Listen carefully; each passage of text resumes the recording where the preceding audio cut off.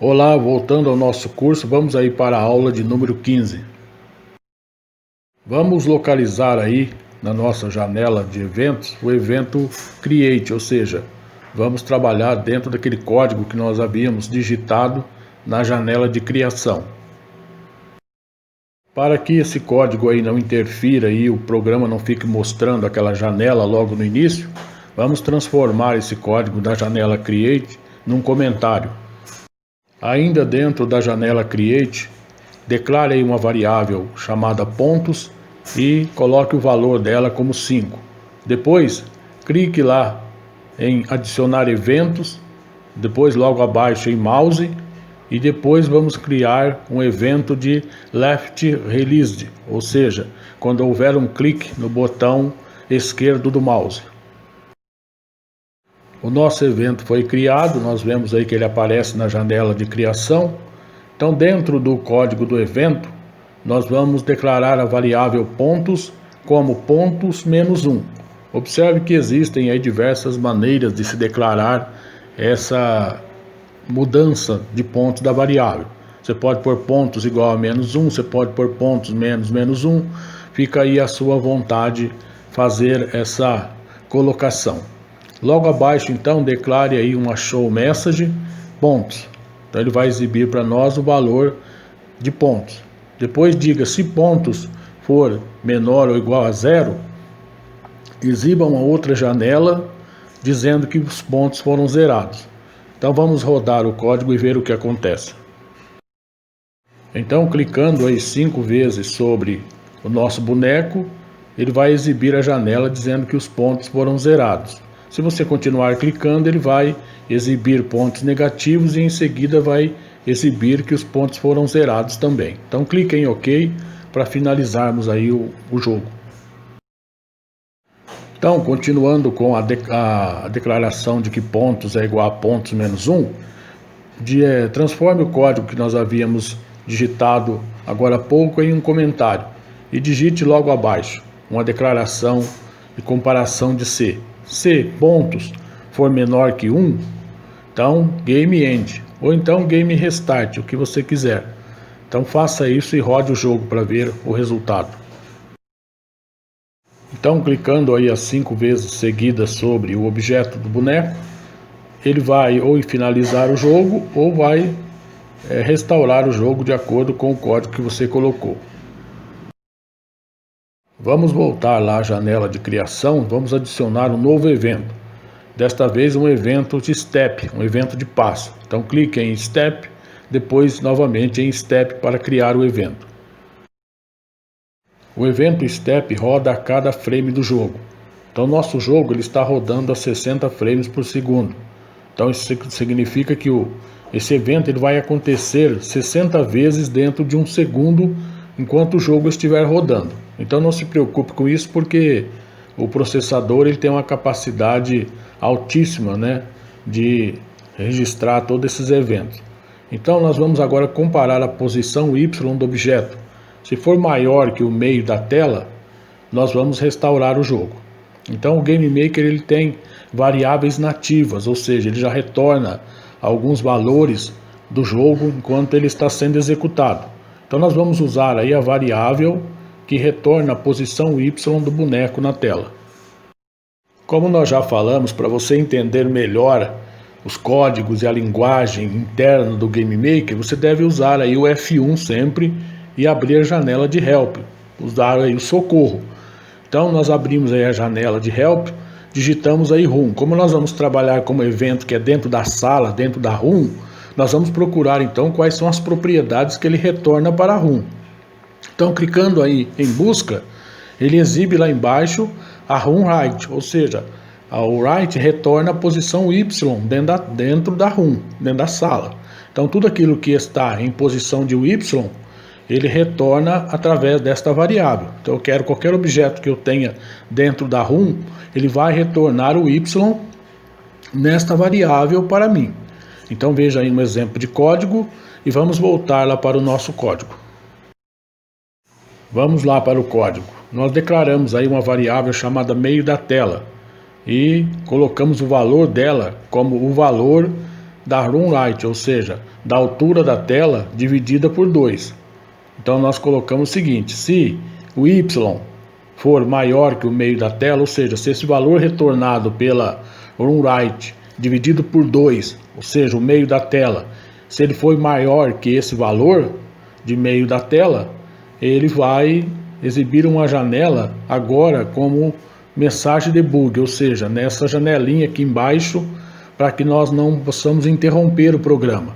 Então a show debug mensagem, ela vai ser exibida aqui na barra de status aqui embaixo do programa. Ela não vai ser exibida como uma janela de mensagem. Então ele vai exibir ali uma linha dizendo passou do meio da tela. Caso contrário, ele vai exibir ali na linha de status que a posição está normal. Então rode o programa aí para ver o que acontece. Ao mover o boneco aí com as setas direcionais para cima e para baixo, você vai ver que a mensagem ali se altera. Agora, como ele está para baixo do meio da tela, a mensagem exibida passou do meio da tela.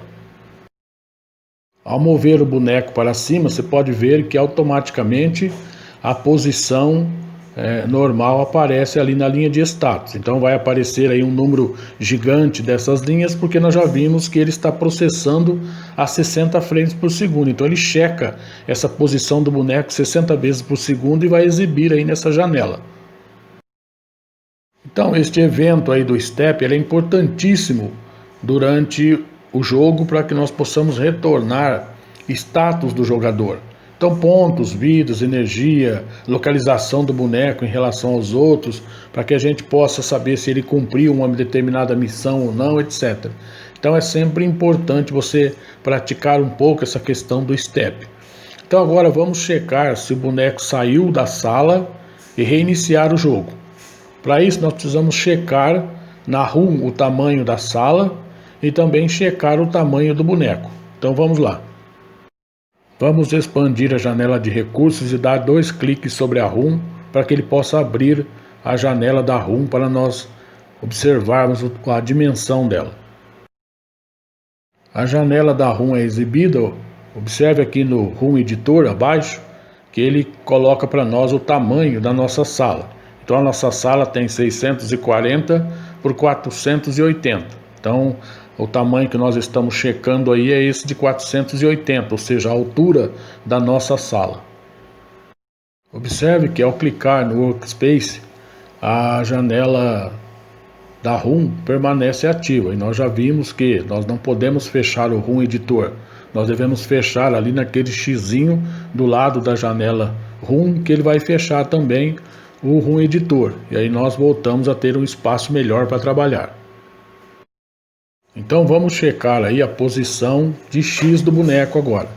Então nós estávamos trabalhando com a posição Y, agora vamos trabalhar com a posição de X, ou seja, nós vimos lá que é 640 por 480.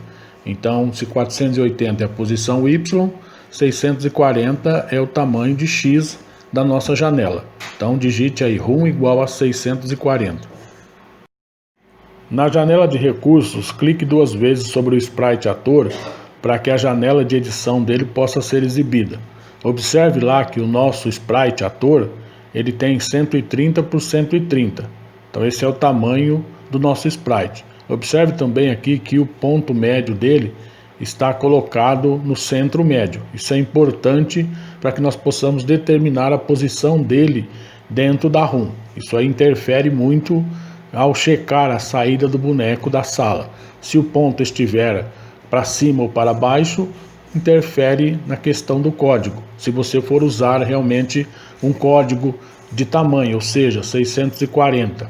Então se o ponto estiver acima, ele vai exigir 640 mais o tamanho do boneco. Se estiver abaixo, ele não vai exigir, ele vai exigir o ponto zero depois dos 640.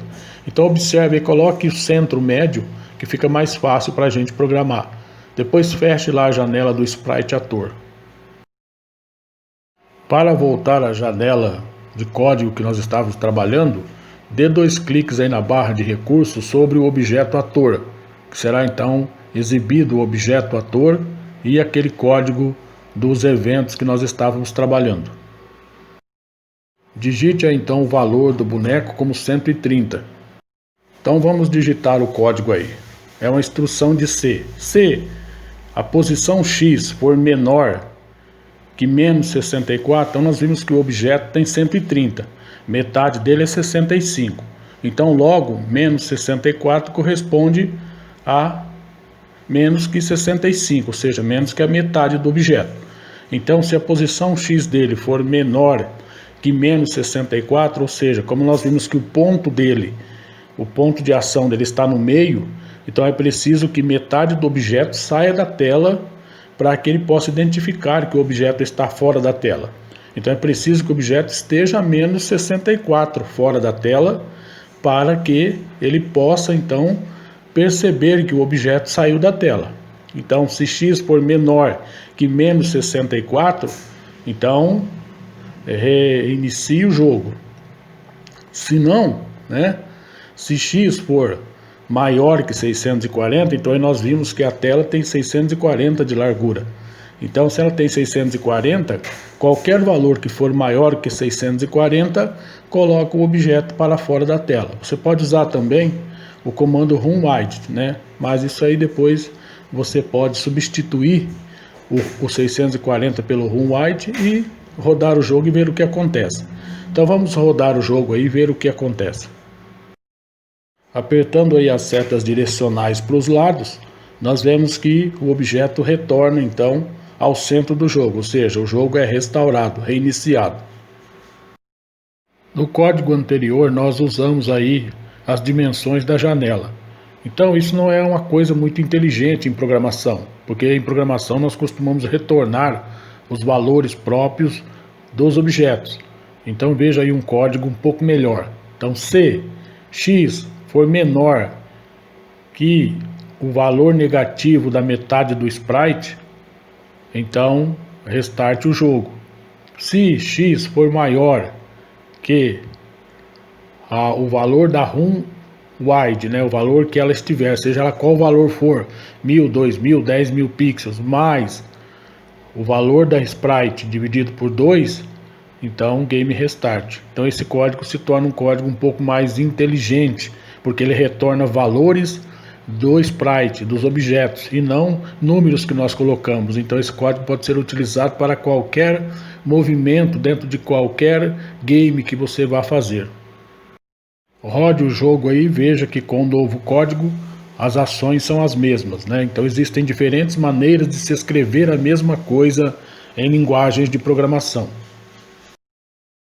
Observe aí uma outra maneira já de programar. Então, para calcular o valor de y da altura, eu coloquei que se o y for menor que o valor do sprite ao meio, ou então se o y for menor que o valor da run mais o sprite, então ele vai restartar o game. Então observe que nós utilizamos aí o operador ou, e você pode fazer outras incrementações. Você pode simplesmente colocar esse valor da sprite right aí em uma variável e dizer o y menor menos a ou b, o nome da sua variável, por 2.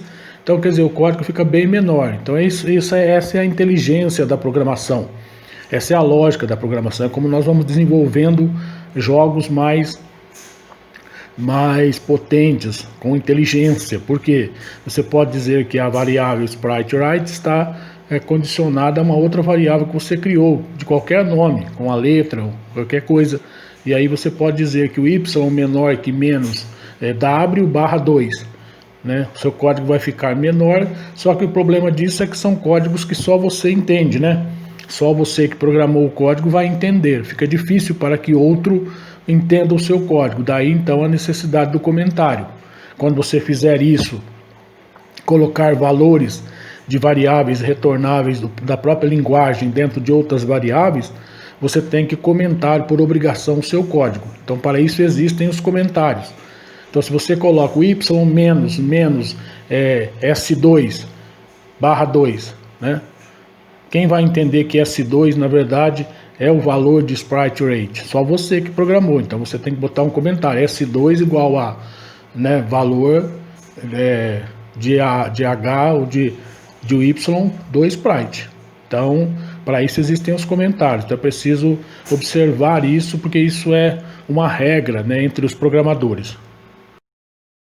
Teste então aí o boneco agora nas 4 posições e veja que ele vai restartar o jogo. Você pode trocar também o comando para que ele termine o jogo.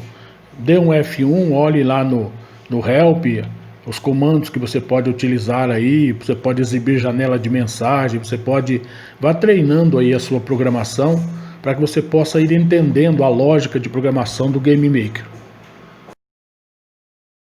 Então fica aí como tarefa para você editar o código de X para que ele fique igual ao código do Y ou alguma outra alteração que você queira fazer. Então salve seu projeto e até a próxima aula.